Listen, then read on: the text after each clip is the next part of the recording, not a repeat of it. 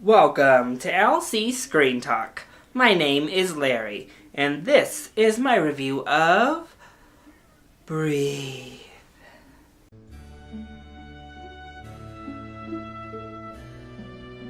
People were screaming Oscar bait as soon as the first trailer came out for this film. But I was pretty excited. First of all, I love Andrew Garfield.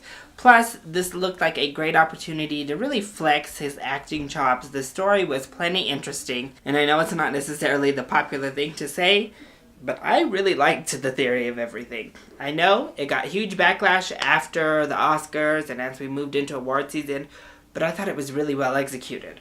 And this had Theory of Everything vibes written on it. So I was very excited heading in to see Breathe. So how was that final product? Meh, it was okay. So let's go ahead and start off with the positives here. And the first positive is our actors are fantastic. Andrew Garfield literally is just acting with that face for 75% of the film, and he does such a stellar job. Plus, he's just such a naturally charming and charismatic person that it really radiates and shines through the screen. But Claire Foy was also fantastic. I thought she was so good in this movie, and she is asked to hold up and be a rock in this film. And I thought she just brought so much real emotion to her role. She never overacted. It was never too much. She felt like a real person the whole time, and I thought it was a beautiful performance from both actors. This film is also gorgeous. From the cinematography to the actual locations and the settings we have here to the costumes, everything about this movie is beautiful to look at. Which, in honesty, is like half the fun of these different period pieces. It's just the beautiful costumes, the beautiful sets, the elaborate buildings, and the wonderful cinematography. And I also think the shot selection was overall effective, so good work there to Andy Serkis, who was directing for his first time. But we'll loop back around to Andy Serkis momentarily.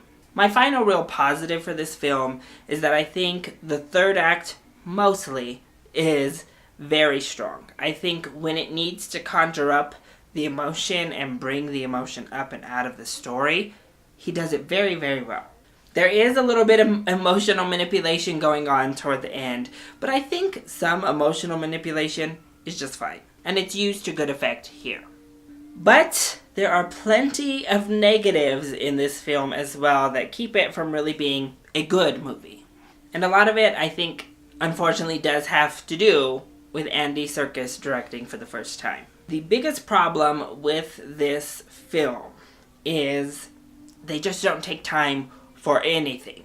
We're covering such a huge area of time. We're covering such a long span of someone's life that nothing is focused on for too long. We don't stay with anything and develop it or experience it for more than a scene or two, and then we're on to the next. And that really drug the film down. It really hurt all aspects of the film, that we just kept jumping from one event to the next. It felt a lot like the Cliff Notes version or a play-by-play of this person's life instead of actually presenting it to us and letting us feel it and letting us experience it. And Andy Serkis really flubbed when it came to transitions. His transitions were so on the nose, and they related directly to that jumping from one event to the next, to the point where mostly Andrew Garfield's character would say, "Hey, I think I want to try to do this thing," and then the very next scene, we're doing that thing. So the transition was super on the nose and a little bit obnoxious, actually, that we kept going back to that. But then, as you can tell from that description, we would just jump from idea phase into the start of the actual event. We don't get any of the development, we didn't get any of the struggle, we're just there. And I think this movie has a little bit of an identity crisis. It plays out very much like a biopic. It plays out so much like, this is all the great things this man did. Let's tell you about him. But deep down, it wants to be a love story. It wants to be a story about a man who is saddled with this disability partway through his life, and this woman who is also saddled with this disability, and how they handle it.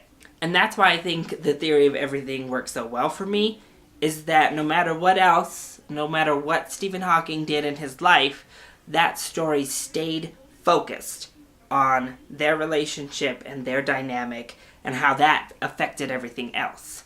This movie starts off right off the bat, completely skipping over courtship or getting to know each other or their relationship developing. Like everything else in the movie, it just kind of jumps from like, see each other, go on first date, now we're engaged, now we're having baby. Like, all within the first, 10 minutes of the film. We just jump. And if you want to develop a love story, you have to plant those seeds. You have to develop the actual relationship. And as we go along through all of these things, clearly they're together and they have chemistry. I think they just have a nice acting chemistry there.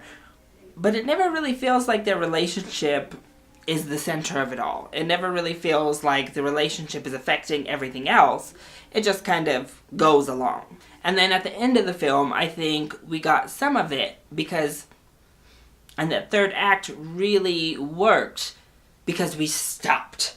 We stopped for a minute and we were allowed to sit in a moment and we were allowed to feel the moment. But then it kind of wraps up with like a very cheesy montage type ending that I wasn't a fan of. And the movie uses her love saved his life as kind of a mantra, as a slogan.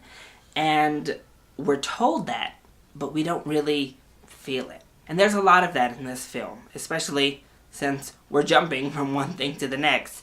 We're told a lot of characteristics of these people. We're told about this chair. We're told about this. We're told about that. But we never see it. So Andy Serkis did a lot of telling us without actually showing us or letting us feel it ourselves. So overall, Breathe ends up being a very pretty, beautiful package with some great performances, but not much substance once you take off that beautiful wrapping. And for that, I have to give Breathe a rental. I'm going to give it a really solid rental. I think you'll really enjoy it. If you enjoy biopics, if you enjoy seeing kind of overcomers stories, I think actually you should give this a matinee. I think it might make you cry, might get to you. But overall, from a filmmaking standpoint, there's just not enough underneath there. There's not enough to dig into. So I think it classifies as a strong rental, which kills me because I was really excited for this movie.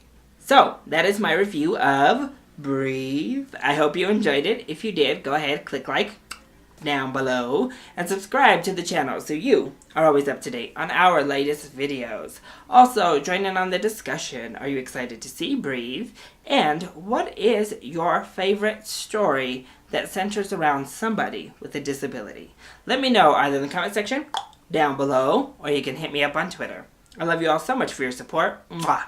Thank you for watching, and I'll see you next time. Bye!